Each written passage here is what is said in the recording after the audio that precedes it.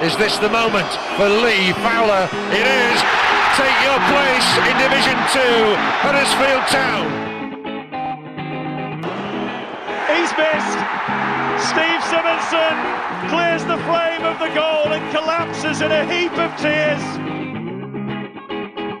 Pate's got a chance. Pate scores. Jack Pate scores.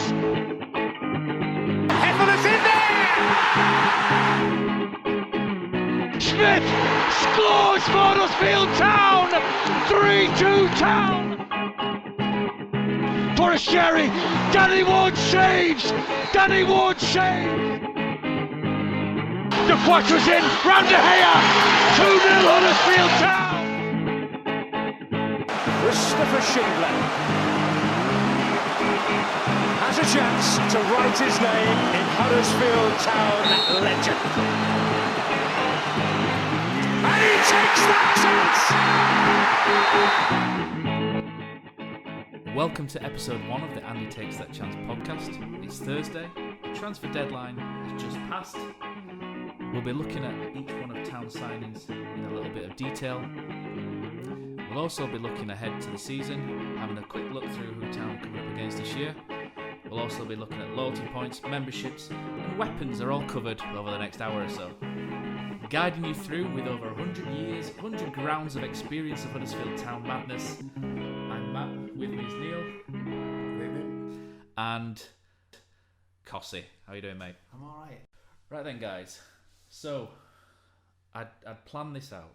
We were going to discuss everyone in detail, who'd come in since the very start, since the end of last season.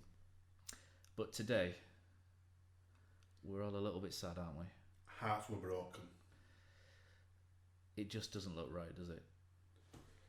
Hef in red. It's been a strange day. I mean, we all knew it would come in this morning. There were rumours, was he going QPR, Nottingham Forest, but yeah, we all knew it would come in. I think back in my mind, we all hoped that maybe the deals would fall through and F would even remain on, on the training ground and doing these amazing Instagram photos. Keeps us entertained. But I have to say, I think it was just about 4 o'clock.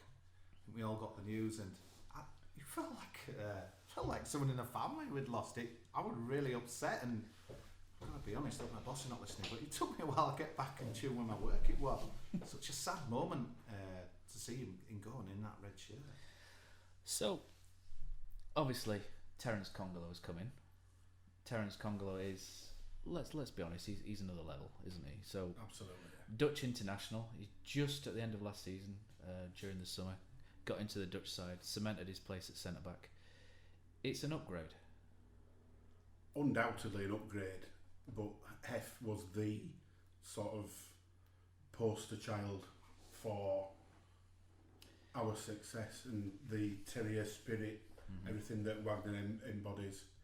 Do you know what, I don't write much anymore. I used to write quite a little bit, but when we first got wind that Hef might leave, at the start of the summer, I thought, right, I'm going to get my quill and ink out. I'm going to have another blast, and just writing that today. So we've done a piece on Thrice Champions about some of his happier moments of and chronicling the way he came through, and when we first linked with him 2 years ago, and how we Google, the first thing we did, you jump on Google and you go, right, who's this Michael Hefele? And the first thing that comes up is him kissing a giraffe, and then the next photograph is leaning against a tree, like without a care in the world, and before you know it, he's in the shirt, he's saying how he wants to come to England to pretty much knock a few people around, and straight away people loved him.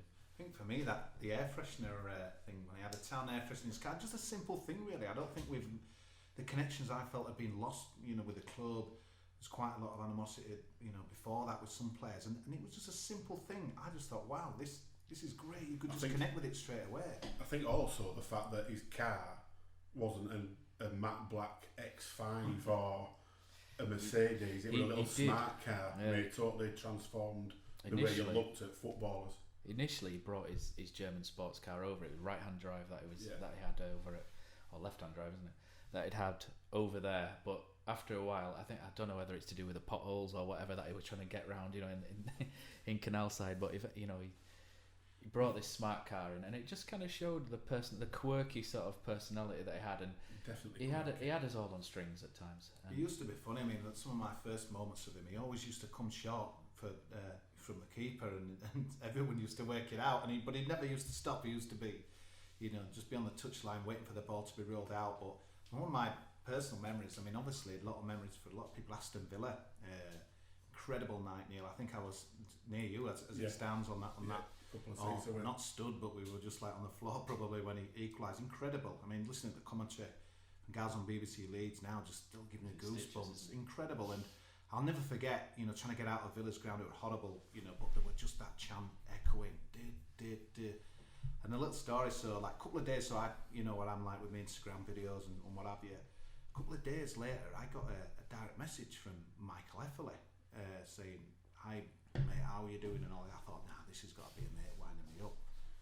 And he's saying, I've seen your videos of this chant, and all he didn't want the video that I took when he was celebrating. He wanted one of the fans singing his name. He couldn't believe it, that we were singing, this song after him.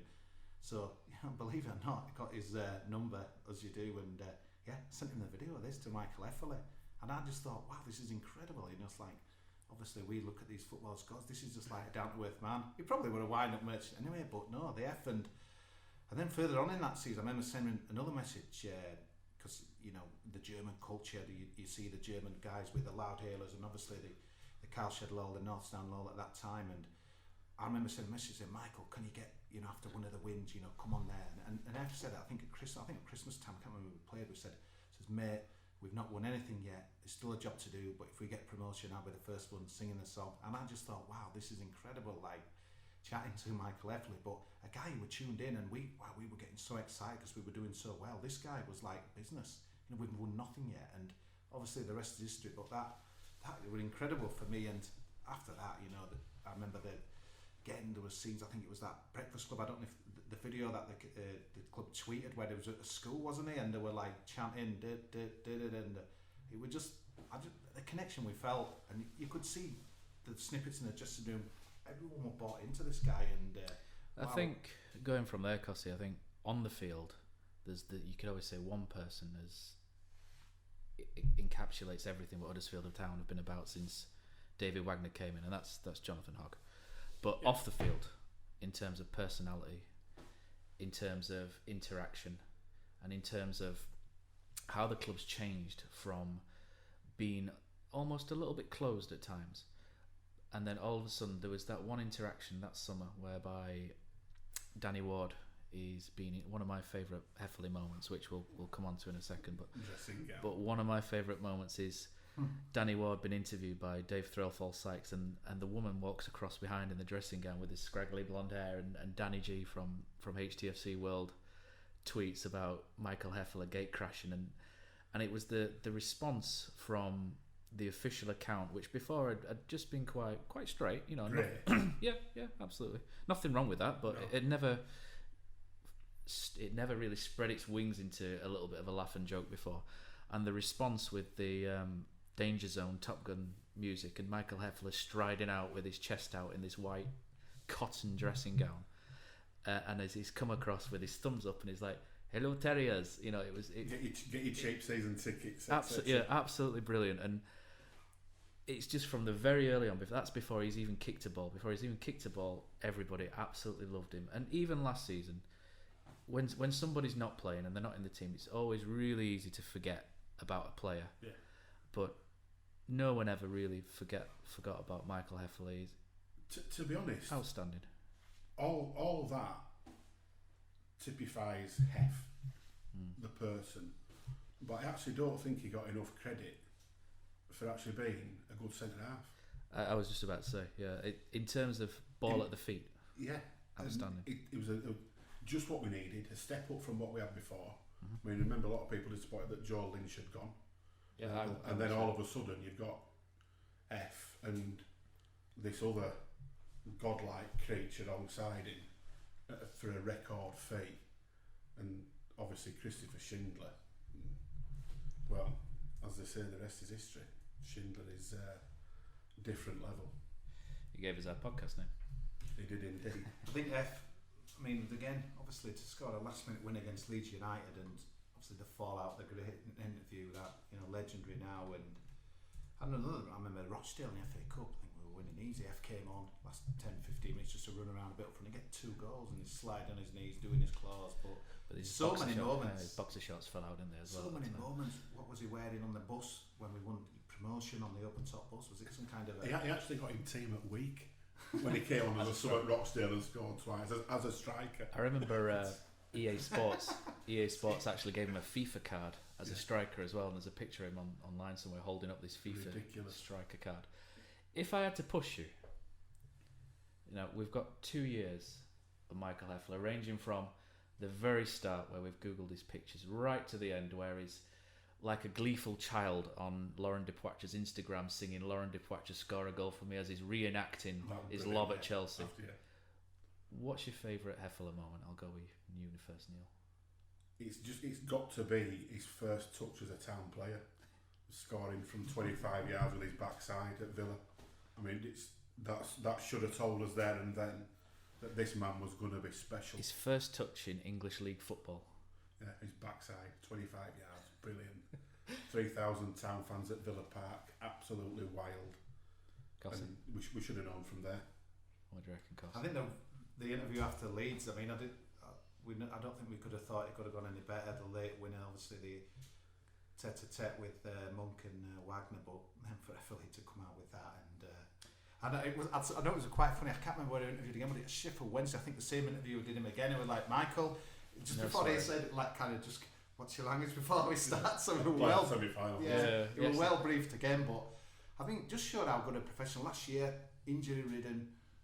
Didn't really get much of a look in when he was fit, but everything you saw back was all positive. The being the joker, and whether he's, we probably know he's not good enough, for the Premier League. But just that for me, just such a good guy. Often when you're not in the team, you hear about people in the dressing room causing trouble. But yeah, long live Michael Hefele, and I think we'll all be keeping an eye on Forest, obviously with Joe Lolly, but now they have now. Absolutely. 2 years, he'll go down in legend as one of our all-time greats for a multitude of reasons. But there are a lot of sentimental tweets go on Twitter. People still put stuff on, which is good. I'm guilty of some myself. I'm terrible. Yeah, I'm absolutely terrible. But there's something that I put today, and I kind of felt it a bit, is that players will always come and go. Who remembers? Well, sometimes we do remember the likes of Mark Wells, don't we, and whatnot. But players come and go, and you go, oh yeah, you remember so and so. Ronnie Robinson, I saw you mentioned the other day, Kosi. A lot of time they're remembered for being poor, though, aren't they? Yeah, but you'll always remember Ronnie Jepson, Ian Dunn, Brian Stanton, Darren Bullock, Andy Booth, Darren Bullock, and cult heroes stay with you forever. They do. And for me, Michael Hefele will always be there. Even in 20 years, and what I was writing about earlier is in 20 years' time, I'll be sat there with my mate Tom, and I'll grin and I'll think and I'll say to him, do you remember that time when Hefele scored with his backside at Villa Park? Do you know, as we sat there at Torquay as we're losing 1-0 back in League Two, and I think my favourite moment was probably a little bit similar to Kosi in that he scored the goal at Leeds, which was great, and you're thinking against Leeds, and you're thinking how can he top that? And he comes out with the interview, and then on Tuesday we go to Rotherham, and like I was saying to you guys before, that was one of my favourite moments of that season, playoffs aside, because Tommy Smith pops up in the last minute, really good half volley on the rise, keeps it down, and at the end of the game we're singing Hefele's new catchphrase, it's an effing dream, and who stood at the front clapping and singing along with us? It's Michael Hefele sat there singing, stood there singing, and he got it. He completely got it. Absolutely. And for one of Wagner's first signings, he couldn't have got it any better. No. Any more right than Hef. So, I mean, as obviously I think, it's our first editions of podcast, but it's only right that we had this little bit with Hefele, and it's a Hefcast at the minute. Yeah, absolutely. I think we all wish him all the best in his career, and he'd always be welcome back at Huddersfield Town by everybody. 100%. And we'll move on from Michael Hefele, and we'll have a look at Town's transfer business in general. I think one thing that gets lost, there's a lot of people kind of speak to me and they go, oh, we need this, we need that, we need this, we're so far behind. I think sometimes what people lose sight of is a club on a wage budget of £11 million got promoted to the Premier League. Dean Hoyle's fantastic, I don't know a Town fan who'd say anything otherwise. But Dean Hoyle's not going to do what Fulham have done this transfer window and bankroll us with a couple of $100 million. And that's fine. And what we've had to do is we've had to build from window to window to window to try and get a 11 million pound championship squad, which was expected to finish mid-table at best, to compete in the most expensive league in the world, where money is swishing around at a vulgar rate in some cases. Well, let's be honest, some people are spending more on a goalkeeper than we're spending on a squad. Exactly. Two teams, Liverpool and Chelsea, have just spent close to 70 I think what million you've got to remember, guys, is the best investment, the best signing with David Wagner himself. I think people are forgetting that. All these players. But if you remember, then I've got to admit, when that Arsenal game finished and Wagner was doing the lap of honour, did you think he'd be there next season? A lot of people saying yes. Did you? I wasn't so sure, to be honest with we you. actually spoke about it, didn't we? And we were both quite confident that he wouldn't just leave it as a one season wonder. I think he loves it. He genuinely loves the club, and I think that he'll know when the time's right. And I think everyone will all wish him well and hope he does great things. But I think for now, just let's enjoy him. And I share a mutual friend with David Wagner, so I knew he was quite happy. He likes where he lives, he likes the people. I think one of the key things was, for the first 18 months, his daughter was finishing school over in Germany, so he didn't have his daughter or his wife over with him, so it was pretty much by himself, and he was living in a flat in Royal Armouries at Leeds, over at Clarence Dock, because it's close to the airport, and whenever there's a break he's going back over to Germany to see his family, because he's a family man, or they will be coming over to see him. And now he's got his family over here, he's settled, he lives quite close to Christoph Bühler, and everything there. And his wife as well is someone who my friend obviously knows a little bit, and she's really impressed with Huddersfield. They really love how friendly it is, how nice the people are, and it's somewhere where he's happy. And I think that counts a lot for someone like David Wagner. One quote that she said for him was, "I'm happy if I just have somewhere where I can walk my dog." And yeah, I think they're quite alright for places like that. Yeah. Okay. And so going on in terms of transfers, so we've had to build this squad. Yeah. So we only get X amount per window due to the TV revenue, which is great. I like that we do this. We don't go silly. We don't put ourselves at risk. If we'd have done a Fulham last year and come back down, we'd be struggling. You're risking the whole club, and that's not what Huddersfield Town's about. No. We get ridiculed in certain quarters for being small time and celebrating staying up. We got told we shouldn't celebrate because we stayed up. It's small time, small minded. We never had the open bus tour like Wigan did, though. No, and to be fair, we were actually in the bottom three for one game last season. So for all this Huddersfield Town are nailed on to go down lowest points, whatever else, bottom three once. Someone said to me, they said, you were lucky to stay up this season, and my response was, we spent one game week in the bottom three, and we spent one game week at top of the table. Yeah. I don't think we were lucky. A miracle to stay up. Oh, lucky, an absolute miracle to stay up. It was a brilliant job, but there was no luck involved for me, none at all. It was just hard work, endeavour, and ridiculous amounts of belief, and that all comes from main man. It does, and obviously those are traits that he looks for in players that he brings in. So linking that nicely onto who we've brought in, Kosi, what have you made of? Have you had a chance to have a look at a couple of the friendlies, and what have you made of some of the lads that have come in? Yeah, watched the friendly against Lyon. Hopefully it's a good yardstick. I watched them. I'm a bit sad. I watched a lot of European football. I think they played Benfica the next friendly, won 4-0 with pretty much the same team. So hopefully that's a good kind of measure, because we ended up beating them. I've got to be honest with you, I thought in that game, I mean, we looked we looked what we were, kind of a few weeks off. One thing that did stand out for me, Laurent de Poitou looked really hungry. He looked like he'd lost a little bit of timber to me.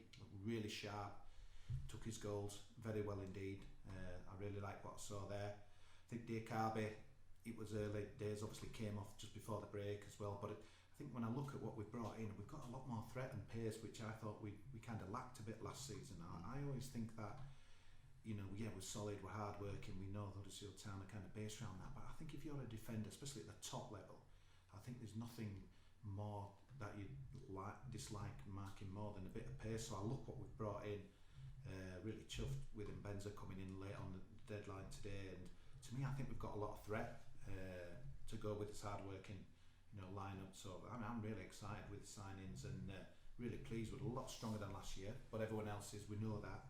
But yeah, to get Losses signed up, Hadajinai signed up, they were key players as well last season. So yeah, really, really good. And yeah, it's been positive all around the whole window for Town. I think a lot of people are getting uptight that we're not getting attacking players and wingers, but we've actually signed 3 wingers, and people are probably dismissing Sobby a little bit too easy because Stoke fans said he's rubbish. Well, but you've got to factor in the Wagner effect on all these players, and he changes people. You've got to look at who Sobey's manager was as well. He's got Paul Lambert and Mark Hughes, yeah. And they're both toughing it out. And a tricky winger's not their bag. No, where they were. What you'll find with a lot of Premier League teams as well is that they don't want to rely on youth. Youth is seen as not so much hinges, but because of the inconsistency that young players tend to play, a lot of clubs tend to go for the old Chris Powell, in that they'll want to play their experienced players. They want to play the ones that will give them 7 out of 10. If you look at that's mostly those type of managers. The old school journeyman manager tend to go for the old school journeyman type players, whereas somebody like you, Wagner, somebody like Chris Hughton, who's he's been around a bit, but he's still sort of quite young and forward thinking. They're the kinds of managers who do go and try the untested and get a few unknowns, and let's be honest, they've both made it work. I think going back to Kosi's point about pace as well, one thing that we perhaps struggled with last year was hitting teams on the break. We've got, what we'll do is we'll sit deep, we'll go with a deep block, and what we have then is the ball will go to a Hogg or a Moy, and then we'll look to play out Tommins left. I don't know how you guys feel about that. I'm always someone who kind of backs players rather than slags them, so I could get the view, that Wagner took, good money and profit. Would he come again second season? Probably. We were a bit disappointed with his goals. We couldn't knock his work rate. No. So they scored probably the biggest goal in our recent times against Watford. But I personally would have given another season, but I can totally get Wagner's view, and the profit kind of makes it a no-brainer really. Would he come good this season for us if it had still been there? Who's to know? And I know you can't make a judgment on one game. I didn't think he got up to much at Ellen Road on Sunday, but yeah, to make a profit on a guy, and I won't knock him because his attitude seemed a lot better than I thought it would be. What people were telling us we were going to do. That's the one standout for me with Tommins, was we signed him, and all we heard from Derby fans and every other fan in country was that you've signed somebody with a bad attitude, he's lazy, he's this, he's that, and a lot of that stems from people not liking his dad, and I'd argue that all day long. And Tommins, nobody can deny that Tommins gave us 100% every week without fail, and for that I think he deserves everybody's best wishes, and I hope he does well at Stoke. I do as well. I always thought Tommins was so close to being a masterstroke, signing him. There's so many flashpoints whereby there's the chance against Leicester where he puts it just an inch wide at home.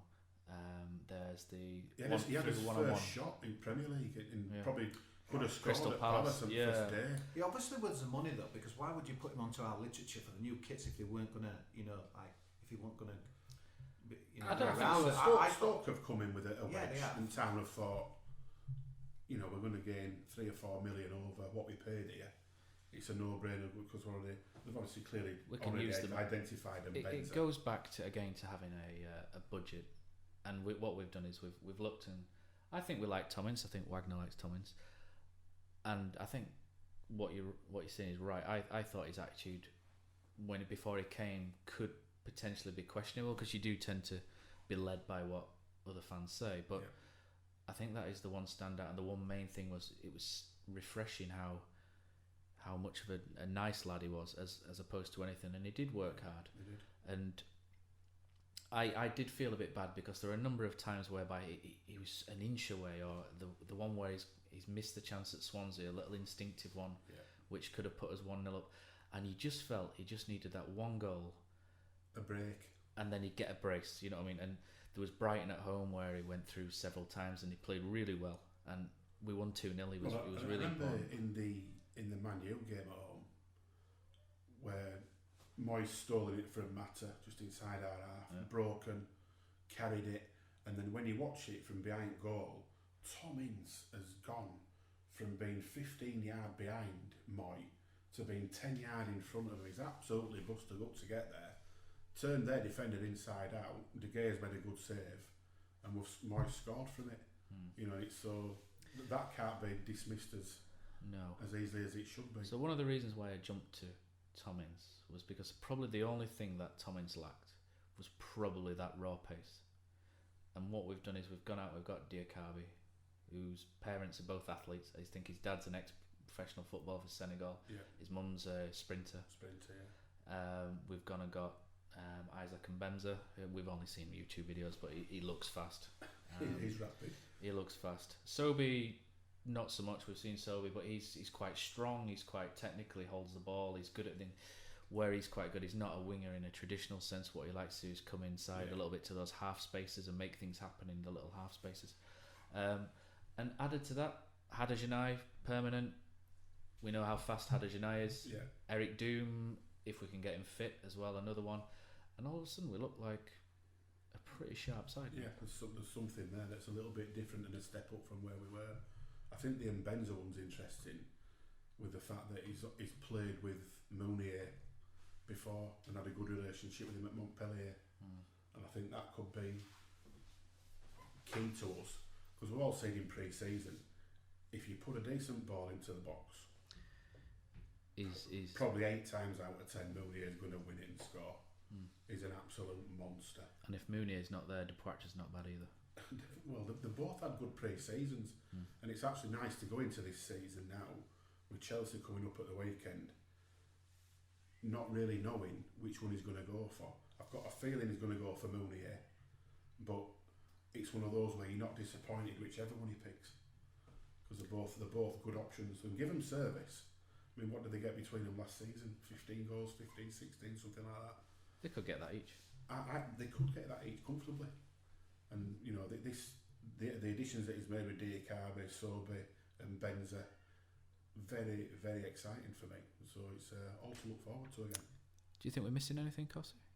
I do kind of with a little bit at centre back cover. I know obviously the partnership of Zanka and Schindler, you know, a real strong partnership, and probably one of the reasons why Hefele is in Nottingham now rather than Huddersfield. Stankovic is an interesting one. Obviously injured a hell of a long time.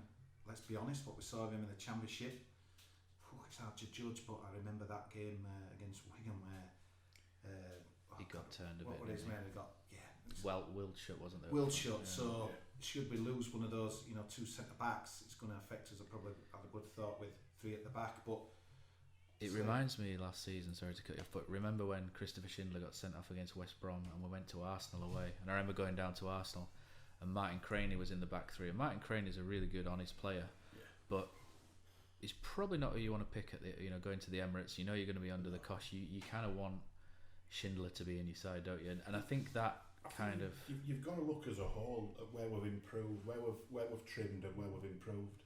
And there's absolutely no doubt. I mean, Kwan has been told he can go, so I think he'll probably end up going on loan before end of the month to the Championship. Yeah, so hopefully for him, because otherwise we'll be watching for the season. The loan window's open till the 31st of August for. So hopefully he'll get a move, but then they've stepped it up. So you've got to say that all 3 of the wingers that are brought in are all better than Kwana, and he played a lot of football last season. You'd hope that they're going to offer something different to Tommins, be a bit more successful in front of goals. He'd say they've stepped up there and made money in the process. I think from my point of view, I think what Tom Ince also offered was he also offered pretty good cover in the number 10 position. And we've obviously got Alex Pritchard there, who does really well. Kachunga played a little bit there pre-season. We've seen Abdelhamid Sabiri's stepped up a little bit, and he's a player I quite like. Is Sabiri? He's got quite a feisty attitude on the field, and I think that we saw at Bolton. I think was it the Danny Williams goal where Sabiri's got in quite hard with the defender, and there's no shirking. I quite like what he brings, and he's surprisingly good in the air as well. I think for me, I mean, you can never go on YouTube videos, you know. Honestly, no one's going to put any bad things about the new players, but one thing I don't think we do enough is shoot enough. Interesting some of this, you know, footage that we've been seeing of Mbenza, and obviously we saw Sobe on Boxing Day against us score. I just think that you know, that these guys like to shoot. We need more shots. I just think 28 goals last year. Let's be honest, we did a miraculous year to stop up with that, and we need a lot more. So I think a lot of these players, kind of wingers, kind of play behind the frontmen and can shoot and score. So I'm looking for a lot more goals. We can't just rely, I don't think, on Potter and Mounier. We know about the service. It excites me, a lot of these guys. You know, a lot of hunger, a lot of pace. Let's see what they bring, and I'm quite excited about Saturday. Well, I know you can't read so much into pre-season friendlies, but in his last three, we've played Lyon, Bordeaux, and Leipzig, and we've scored 8. And there's no way he'd fancy it time to score 8 in 3 games all last season. So to score 8 goals in those 3 games against 2 very good opposition. Yeah, Leipzig had a weekend side out from playing Europe the night before, but we still got to turn up and beat them, and we have, and it comfortably as well. So it's time to get those, and for both strikers to be in form. Diakari bagged one. You know, it's looking. It was a good finish, yeah. Yeah, but a great finish. And it's looking. It's everything to look forward to for me. It is. I've got to take probably Matt's job here, but do you think it's going to be an advantage or disadvantage? You know, that we've had a season in there. I mean, I'm trying to look at it positive. Obviously, the doommongers, your Paul Mersons and the like. Second season. Dean Hoyle referred to it on his, you know, on his letter with the season cards and what have you. And I see that as a positive. We know what we have to do. You know the work rate we've got to put in. The guys have had a look at the division. Yeah, Fulham have signed well. Yeah, Wolves have signed well, but they've not tasted the division. Cardiff, and although you could say that about us 12 months ago, I think this is going to be a positive. Really, they might know how Wagner plays. Wagner maybe is going to have to come up with something different. Talk at 3 at the back in a lot of games, but I think that'll be a good thing. We can kick on. We know what we need to do. We've got better players this season, and I think that's a step up in itself. Ely plays the same way every week. We have, well, I'm saying we've got better players. You'd like to think that we've stepped it up with the quality that we've brought in. Pritchard's had half a season now. Congolo, I mean, let's be fair, nobody thought we were going to sign Congolo permanent. No. I think even the most wild, optimistic Tam fan, and I'm probably under that umbrella quite often, I didn't think we'd get Congolo. No. And then to come out and spend, you know, best part of 17-18 million quid on him. And they were playing that piano on here when they unveiled it on that video. Remember it? That was a great video. Yeah. Some signing. I mean, he was exceptional, and I think we've already got 2 great centre backs in Schindler and Zanka. To be fair, I mean, Zanka was outstanding. Zanka was outstanding. Yeah, the second half of the season especially was just different class. And then obviously to add Congolo to that is. I think Pritchard is. I mean, what we saw last year was sensational. I thought it gives a little taste. I thought at Brighton he was outstanding. Bournemouth obviously thought won us the game. Just think a full pre-season behind him under the Wagner way. That really excites me. I think he's massive for us, Pritchard. And again, I would mention the centre backs. Hopefully, not one of them get a knock, but I wouldn't like to see Pritchard kind of out of the game for too long. I think he's going to be so influential for us. I don't think there's any doubt, but also then I'm not really happy with us calling Juninho Bacuna, to be honest. I think if you're signing somebody called Juninho, it should be called Juninho. Kachunga's like a new sign. I know the old cliche, but yeah, I honestly thought back in the Christmas last year, obviously they got injured against Watford. I thought he were looking the part, and obviously didn't start the season. It just looked like he'd found some form, didn't he? I honestly think he could be a bit of I'm going to say a weapon off the bench, but to quote Neil's phrase, but a weapon in a good way. But yeah, I think that's a good thing this year. A lot of the times last year I looked at our bench, I thought, can the game really be changed with what we've got to brought on? And we were really struggling at times. You know, obviously we were banging F up from the season before. Just showed limited kind of what we've got. I think now we've really got guys to come in and change it. To be honest, we haven't mentioned the one player who probably divides Town fans more than anybody else, Van der Parra. And he gets. I mean, my opinion on Van der Parra is probably well stated, and people who follow me on Twitter will know my thoughts on Van der Parra. What is that? I like him, and I think he gets far too much stick. He's a crowd victim, and I think he's infuriating. He dives a bit too easy. He falls over a bit too easy sometimes. He'll try one too many step overs and lose ball when you think you're going mad because he should have crossed it. But people don't recognise him for the stuff that he does. That's not just making chances and scoring goals. I'm going to say he gets something. us up the pitch so well. I'm going to say something a bit, maybe slightly controversial in that I think Van der Parra is a better player in a team like us at the bottom end of the Premier League than what he was in the Championship. Don't disagree. Because the carrier. job changes. He's the a job ball changes. carrier. Yeah.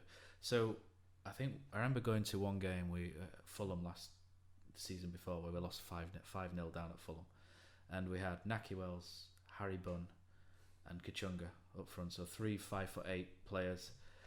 Every time the ball went out, it came straight back, and we were just under the cosh. And that happens all the time in the Premier League. And what we have with Van der Parra is someone who works back, works really hard, and then takes us up the pitch. Yeah, and I think he's brave enough to try and take us up the pitch. So Liverpool, Man United, 2 games where he's strong. He's 6'1".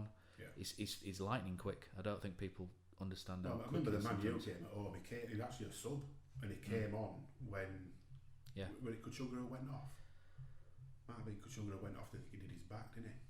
And Van der Parra came on after about half an hour, and for that hour in that game, he was probably the best player on pitch.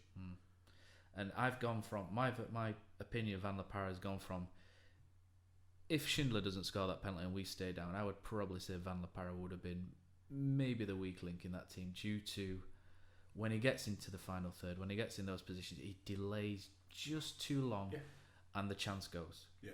And sometimes you do get a feeling that he's creating his own little highlights. Yeah, absolutely. And those are the only frustrations I have. But what he does now in the Premier League for me far outweighs the little negative bits where he gets up the field. And let's not forget, he scored 5 goals this year. Last year. Which, when you've only scored 28 all season. That's not bad. A few were in the FA Cup, but 5 goals from... An arguably goal at season. Yeah, outstanding. So for me, I've gone from someone who was... If we'd have stayed down, I'd have been like, I wouldn't mind bringing a new left winger. Maybe Van der Parra's decent, but on the bench. But I've gone from now thinking he's quite key to what we do. Yeah. Well, it's up to these new lads now, for me, to knock him out of team. And if the only opinion that matters is David Wagner, and David Wagner's keeping Radji Van der Parra when everyone said move him on. Absolutely. So that's the only opinion. Well, let's be fair though. If you listen to everything that everyone said on Twitter, well, everybody would be gone. They won't have a squad. I think he got far worse from Wolves, though, didn't he?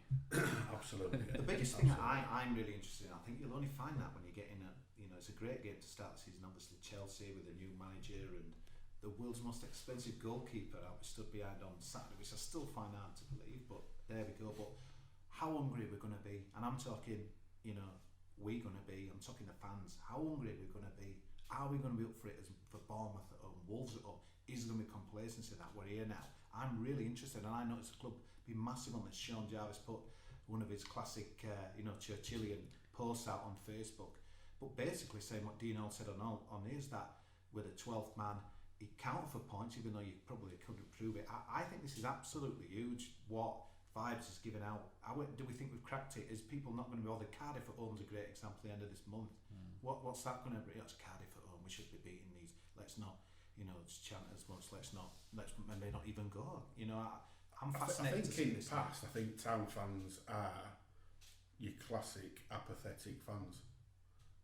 It used to take a lot to get people out of their armchair. Yeah, but now I just think because of the whole experience and the whole way that Wagner's got it built up with the synergy between the team and the crowd, I don't think there's any doubt this season it'll still be absolutely bouncing. I think it'll be cracking, and I think you couldn't have. I'd rather have Chelsea first than Cardiff. Definitely. To be honest, and I think it's a great chance to get. I was going to say, I think it was something that you were alluding to as well, Kosi, is that for me, Chelsea, great side. They could turn up. They could stroll to a 3-4-0 easily. Absolutely. But it just feels for me it's a really good time to play them. The whole issue with Courtois grumbled on, which may mean Caballero plays again on Saturday. Or we might even see Robert Green. We may see Robert Green. I mean, that how bonkers is that? We never saw him last He year. saved a couple of penalties, didn't he, in a friendly midweek? He did, and the new manager there is trying to bed in a new system. Against Leon of all teams. The new manager's trying to bed in this new system. They've gone from being very good in that back three, Alonso especially as a left wing back, really bombing on, especially for those who do fantasy football. He was an absolute king for assists and goals, and he's been changed now to an orthodox left back. So I'm just thinking, have we hit a good time to play Chelsea? That would be Palace. It'd be interesting though, Matt, because to be fair, the one it's hard to criticise because the job were done and ultimately we stayed up. But in some of the big games last year, I remember at Chelsea. To me, I just thought we got a lot of criticism when we were on BT and what have you. But we were just kind of waiting to get beat. I thought there we didn't really do anything different, and I'm wondering on Saturday, is this just going to be the way kind of Wagner sets up against your top six? Or I mean, yeah, it looked good against Man United when we got the goals to cling on to, but I'd really like to see us have a go. Or am I being a bit too naive and carried away? I don't think so. One thing I was going to pick up on earlier was that when we went through who we've signed, one thing that stands out to me as an attribute above all, apart from pace, is flexibility. So you brought in Congolo, who can play left back, centre back. You've got Diakavi, who can play either flank up front. You've got Hadijanai, who can play right back, right wing back, centre mid. He was great in centre mid for me. At Man U, of all places. Exactly. We've got Eric Doom can play left back, right back, wing back, either side. You've got Mbemza can play either side. And if we watch the tactical evolution of what David Wagner did last season, he started with his tried and trusted 4-2-3-1, two full-backs, Lerver and Smith, both bombing on. And what you found was that there were a lot of holes, and we got done on the counter quite a lot. Spurs at home is a classic example. We were very naive against Spurs, and he said so himself. Didn't he? And one thing that we kept getting caught out on was the right winger would get the ball, and what he would do, Christian Eriksen did it, and in that game in particular, the right-sided winger would get the ball, and they would cut in and run across our defensive line, hog overloaded in the centre, and then what would happen is one of the two centre backs would have to come out to the man on the ball, and then the striker would nip in behind, and we were getting done time and time again. That's the only game since he signed that Schindler struggled in that game, because he was just getting pulled all over. And signing Congolo was massive because he stopped that. And I think what we saw, we then saw an evolution into a 4-2-3-1 where Congolo was more of a defensive left back and Hadijanai's bombing forward. But for me, that made us a little bit predictable. Everything came down the right hand side. Hadijanai throw a crossing, and we usually only have one striker and number 10 on the edge of the box. And I think it's Swansea. We put something like almost 50 crosses in the box, and never looked like scoring. No. Against 10 men. Apart from when Ince hit the bar, which is another thing. Tom Ince close to scoring. I think another interesting one for us this season is in goal. I think watching pre-season, I think Lawson's actually got. He's a good keeper. He's a good keeper. I wouldn't be surprised at all to see Amos start, because Lawson's only had. He's had 2.5 games in pre-season since coming back from the World Cup. Yeah, I mean, you asked me about the Lyon game. Totally forgot about Ben Hamer, who were outstanding. I mean, he could have been out of sight half time, the French team. He's hitting a good age as well. As an ex-goalkeeper myself, 30 is a really good age for a goalkeeper. He's come to be back up at his age. You know? Well, he said that in his interview, didn't he, when he first signed? He said, "I've come because I want to play," and he sort of had that look about him where he hadn't come to be a classic second choice keeper who's happy to take his wage and sit and watch every week. He wants to play. Eric Durham, big risk. World Cup winner. Big risk. It could be an absolute gem. We're all hoping, obviously, Is it a big risk though? It is. When we've only got one left back after him. But I know you've got Congolo who can play there. Yeah, but obviously Wagner must. Flo can play there. On his way. He must believe. Tommy Smith's played left back before. And he's also in the scheme of things of what people are spending, cheap. He was a couple of million, wasn't he? He wasn't a lot. If that. So it's. But I think what Wagner's big about, and hopefully obviously we'll see minutes on the pitch, but I think it sounds like, you don't be involved with your German World Cup squad if you're in a muck, but that professionalism, that attitude, that everything rubbing off in the dressing room, I think that's been a lot of the reason for the sign, as much as to get him out on the field. Yeah, but just to finish what we're saying about flexibility as well is we saw the evolution that 4-2-3-1 became a bit predictable, but then we moved to a back three, and that back three plugged the gap on the left hand side with Congolo, the overload through the middle where Hogg and Moy were getting a little bit overload, that the defender could come out and support. We actually made more chances playing 3/5 at back than we ever did for 4-2-3. For me, it really suits, and Chris Lerver had a really excellent end of season. He's been excellent in pre-season as well. He'll start Saturday. And I can just see the flexibility that we've gone for, and there's a team, we might not get a chance to do the preview of a couple of clubs, but there's a team that have stayed up for the last 3 or 4 years with a core of what got them there, and they very happily bounce from a back three to a back five to a back four to 2 up front, and that's Bournemouth. And what they display is, I know they've got a petrochemical billionaire backing them and they've spent 25 million on a Colombian guy, but what they do I think is really clever, and that is they have their core of players, and similar to what Dean Hoyle said, he said something along the lines of the day that we sell Jonathan Hogg is the day that we stop doing what we're doing. And they're very similar in terms of they've got Steve Cook, Simon Francis, Harry Arter, all and Callum Wilson, all there across the spine. And what they do, which is quite clever, He's gone today, hasn't he? has he gone? Yeah. But what they do, which is really clever, is they'll buy 2 or 3 players, in the summer. Spend Begovic and Nathan Aki, fantastic signing last year. Last year they got Aki and Defoe, didn't they? Yeah. So and Begovic the keeper as well. Yeah. And this year they've gone and got Jefferson Lerma, who played against England for Colombia, and I think they're very big on flexibility, and they change and alter, and I can just see that that's the model that we're kind of going down. I think we'll play a back 3/5 against Chelsea. I do as well. Which may mean there was a pre-season friendly game, and we played with Billing.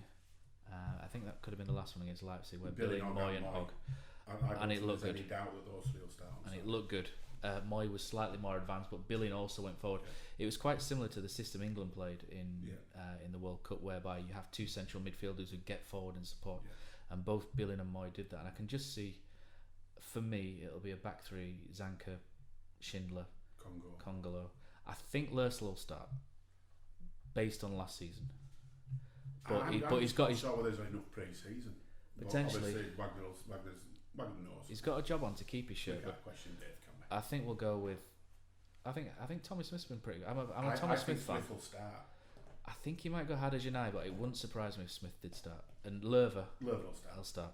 The thing is, if you put Eamon in straight away, then you can't just, unless, I'd be amazed if, like, right, by the way, a couple of games you're in, and then once Lossel's in, I think once you've got him in, you've got to give him the shirt. You can't just chop and it's not like a winger where you can give him half an hour off at bench and not play him week after and then start. It's a massive call, that. It won't surprise you either. A massive call.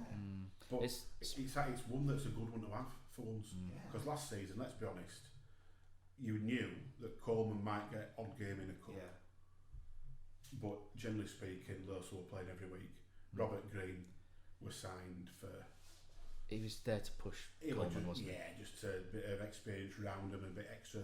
And I think it was a just in case signing towards. I think it was a good signing, to be honest. Yeah, I've got nothing against it, and it armed Leeds. I think Robert Green, he's genuine. Even going to his older age, I thought he was, when he was at Leeds, he was probably, I think he got in the top 3, didn't he, for their Player of the Year? Yeah, well, and he was genuinely. I've got a couple of friends who were Leeds fans, and week in, week out, and they missed him. They said him and Chris Wood were their 2 best players that season when they nearly got to a playoff. It's funny, I just had a Leeds fan on recording this trying to give me some stick, because Hefele's I come out and they said it's a very small club, but and then we kind of kicked it on once if you can get a Leeds fan chatting about football, since we're saying you need to do more than stop up, but this is the trouble. I just honestly, if we finish 17th, it's a brilliant season again. Why people got to get in their heads that we want to kick on, and I think the signs have give us that, but if we're not sat around here, if we give us 17, look what teams are spending. I know, it's just like we've touched on it before. You've got 2 teams this season have spent 70+ million on a goalkeeper. There's 6 teams guaranteed, I think, Premier Status, and the teams are purely playing to stay up. It's as simple as that. Why can't people get their heads? Burnley could struggle this season for me. if they do well in Europa League with all travelling, all extra games. The second season, they've added 2 or 3 players this week. Don't get carried away. But they've not had anybody who you thought they're really going to drag them to the next level. Okay, The squad fillers for me. So if we move this on a little bit to the next topic, which was to go through a couple of the teams and a preview of what we're up against this year. Neil, you've mentioned Burnley there. It's a good place to start. They're playing now. Yeah. I have a friend who I work with who's a Burnley fan. A typical Burnley signing is a good player from the Championship. You know, Robbie Brady's coming. You look at their team. Matt Lowton's come from Sheffield United. Yeah. Nick Pope, Charlton, Chris Wood, Jeff Hendricks, a good signing for them. Barnes. And they've gone back. They've done what they do again. Yeah. We've got Ben Gibson, who was in the England setup in 2017. Yeah, good signing. They've kind of gone a little bit ape, haven't they? In the sort of the last few days, we brought in Matai Vidra. Yeah, Vidra's a funny one, Vidra, isn't it? He's gone from being a striker to a number 10, and Burnley don't usually play with a 10. Never rate him. 0-0's their game with 5 minutes to go. I think you're wanting to stay in this Europa League to win it, aren't you, Neil? No. I want them to stay in it because the more games that they've got in that, I think it'll really harm them in Premier League. I do. I think that drags another team. And let's be fair, being realistic, Town are going to be somewhere there or thereabouts, bottom endish. But to be fair, and that's not being negative. No. We overachieved last year. That's looking at what everybody else has spent. But with the Wagner factor, I still think we'll stay up again this season. I do. So we overachieved last year, but by the same token, Burnley way overachieved. Oh yeah, absolutely. It was, to be honest, Sean Dyche for me was the manager of the season. But it shows you what a bonkers league it is, because even they had at one point a 10-11 game spell where they didn't win. And they finished 7th. Yeah. What other league does that happen in? West Ham interests me. Pellegrini, I like him. Jack Wilshere, again, could go either way. That Lucas Perez, it's the Arsenal Deportivo, good striker. I like him. Felipe Anderson, he could be one of the signings of the season. Balbuena, real good midfielder, and they're always interested. But last year, West Ham, I think we were all thinking they're going to have a good season, and it cost Slaven Bilic's job. But I obviously got a powder keg at that stadium, and Sullivan, Brady, and what have you. The fans still not, happy with the stadium, so that could go either way. And I'll tell you, Danny Ward's a weird one, isn't it? With a Town point of view, we swapped one bench for another. I really expected that means Kasper Schmeichel would go. And the rumour I heard was that Kasper Schmeichel would go to Chelsea, but that's obviously not materialised. So it's a lot of money to spend on a number 2 keeper. Danny Ward's a good keeper, but Danny Ward did well for Town Championship. Has he kicked a ball since then? Has he kicked a ball since playoff final? No, I don't think he in has. anger, really. He didn't play for Wales. So from having a good season with us, he's then not kicked a ball for a year. We've signed Lursel, who's gone to the World Cup with Denmark for just over £2 million. Danny Ward worth 10 million more than Lursel. Would you? No thanks. I think what's interesting. Matt. Moving on to another 2 teams, Fulham and Wolves. A lot's talked about them, but you know what? There's a lot, when we came up, there were I don't think any pressure on us whatsoever. Probably like there's not Cardiff. Wolves, I think there's huge pressure on it. The people are saying top half. They're building up themselves. They are. So their fans are going to come through that turnstile, right? 4th bottom's not good enough. Well, maybe some of the sensible ones will. And Fulham, I think, is going the same way with kind of the London factor in that as well. They've made some kind of real signings. Shirley, obviously not going to be on peanuts there. So I think their expectation level won't be like ours, and I think that could play to our advantage that a little bit if it doesn't start well. It's a notoriously quiet crowd, though, isn't it, Fulham? Could that be a good thing for them? About 100 million quid. It's crazy, isn't it? When you only can buy Wembley, though, Well, yeah, but it's. I'll be honest. When Fulham came up, everybody was saying, "Oh, Fulham, they're great." So they play. Jukanovic is a manager I really, really like. Yeah. But he plays a certain style in the Championship. It's a very open, expansive, swashbuckling kind of thing. And I saw us try that last year, and I saw us come a cropper. And my thing was, what happens when Fulham, because their stuff is based solely on momentum. They got on these runs which take them across the line into the playoffs, and what happens if it's bitty? They win 1, they lose 1, they lose 2, they lose 3, win 1, draw 1. Yeah. And I was quite quietly thinking Fulham may come a cropper this year, because can they change the way they play? Will they be able to do what we did, put 10 men behind the ball and tough it out at Chelsea? But then they've gone and signed quite a lot of good players. They have, but they've then got to integrate all these players. And from the team that was so good for the last 2 years in Championship, are they now going to basically bin 7 or 8 of those to throw all these new players in? And if you do that, which is Town are big on keeping the core and the ethos and keeping it all together. As you said about Bournemouth, they did the same. Are Fulham going to totally throw it all away and start again? Watford, Southampton, Cardiff, Newcastle, Huddersfield. I think. I said Southampton there, didn't I?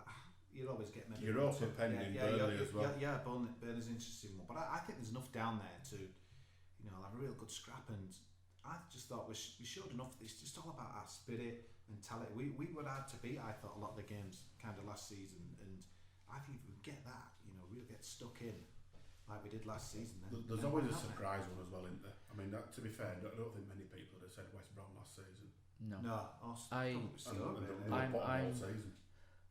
I'm looking for that. Essentially, who I think will go down, and like Kosi says, there's 6 teams that'll be in the top 6, and then the rest is a scrap. Yeah, it is. Yeah. Leicester, West Ham, etc. should have enough, but Leicester, West Brom should have enough. You think Leicester, West Ham, Everton? It should be okay, but you never know. And the key thing that I'm going to say, what will get 3 teams relegated, is crisis management. What happens when something goes wrong? We look at Cardiff. I think Cardiff will surprise a lot of people because they know what they're up against from day one. They know they're in a scrap. Warnock's a scrapper. And they've got a wily old fox in charge. Exactly. They know what they're up against. But if they lose 5 in a row, what's Vincent Tan going to do? Yeah. Yeah, he's going to panic. And I look at that and I just think, what's he going to do? We know what will happen at Bournemouth. They'll stick by Eddie Howe. Yeah, there's every chance that Watford could do 3 managers this season. Exactly. Brighton will stick by Chris Hughton. You'd hope so, yeah. I think Brighton will be fine. I think their midfield for me is outstanding now. I think they've got a really good midfield. They had one of the standout players for me last season, Brighton, and David Pascal Proper. And yeah. I thought David Proper were excellent. Well, what they've done is they've brought in, I think it's Disuma. Proper player. And Donny is a good striker as well. Yeah, so Spanish that was one of the things for me. English game, mate. I think he'll get quite a lot of goals. That was one of the things for me, Kosi. I think it's all there. You can look at the fees and be intimidated by them. As we saw last year, it doesn't matter about the finances. And even more so the year before. Yeah. Let's be fair, we're tipped to go down into League One. League One. What's gone up? What I'll do is I'll just go through a couple of these teams in terms of crisis management. So, Burnley, they'll stick by Sean Dyche. They'll be fine if they hit a crisis. They'll tough it out. You think so? Fulham, what happens if they can't integrate and they can't play another way apart from their open style? Leicester, they've lost Riyad Mahrez. Jamie Vardy's, I think he's doubtful for a little while. Yeah. They're 2 big players that they've had. Harry Maguire, I think, stayed, hasn't he? Yeah. Is he going to sulk? He could, but I think they'll be fine. Liverpool, I think, will have a good season and probably finish behind Man City for me. Man City, Liverpool, top 2 for me. Newcastle.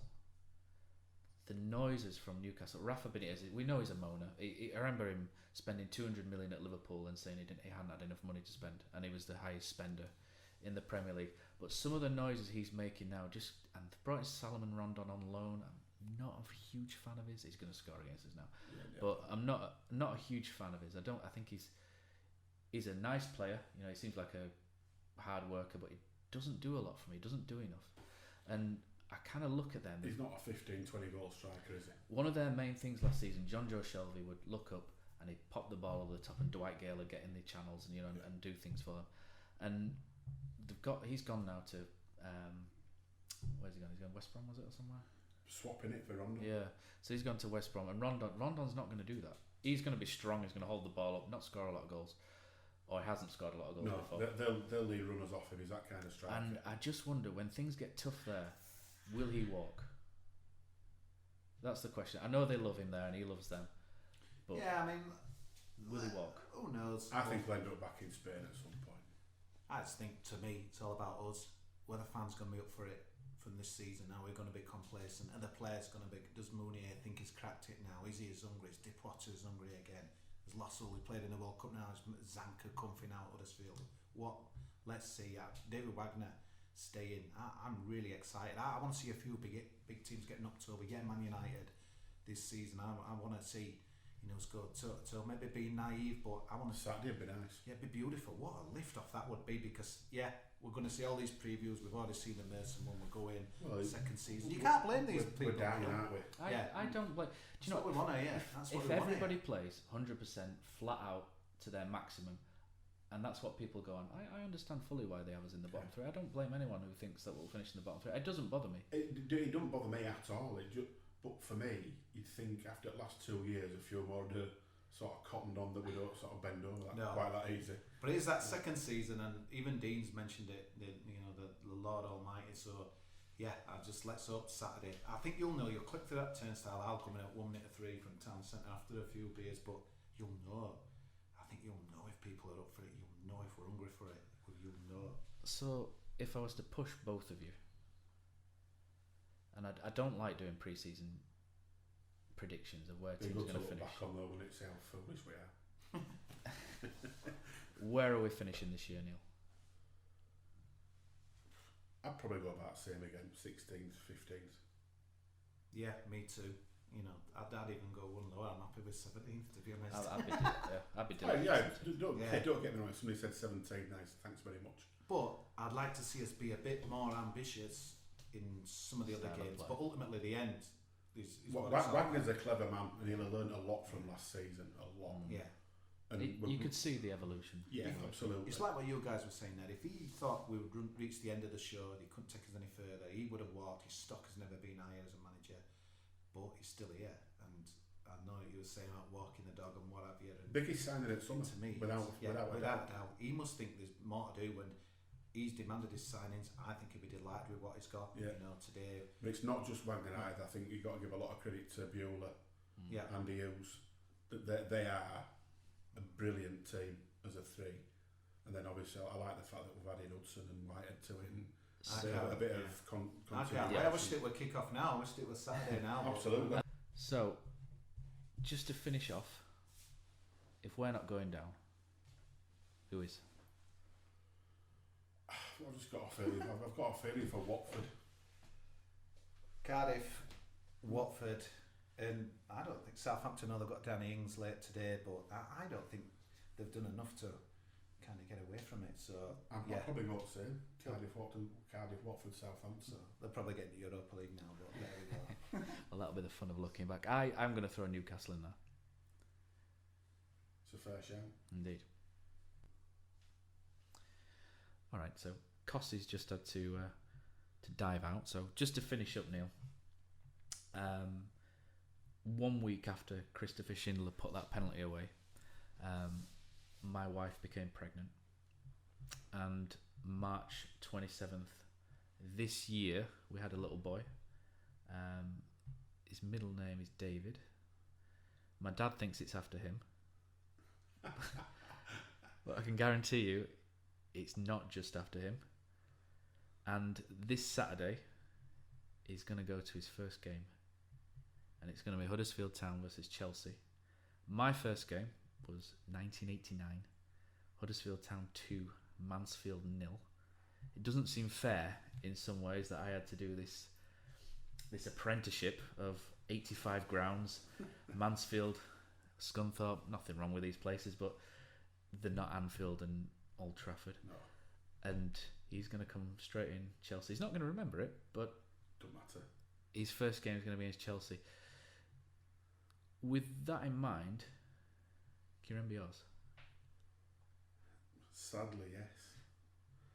September 1980, and we beat Sheffield United 1-0 at Leeds Road, and my all-time favourite player, Brian Stanton, scored winner. Is that why he's your favourite player? Yeah. I think the player to score the first one for me was is it Jim McInerney? Ian McInerney. Yeah, he was awful. I think he scored the first. I still remember the goals. They were both at the Cowshed end. Yeah.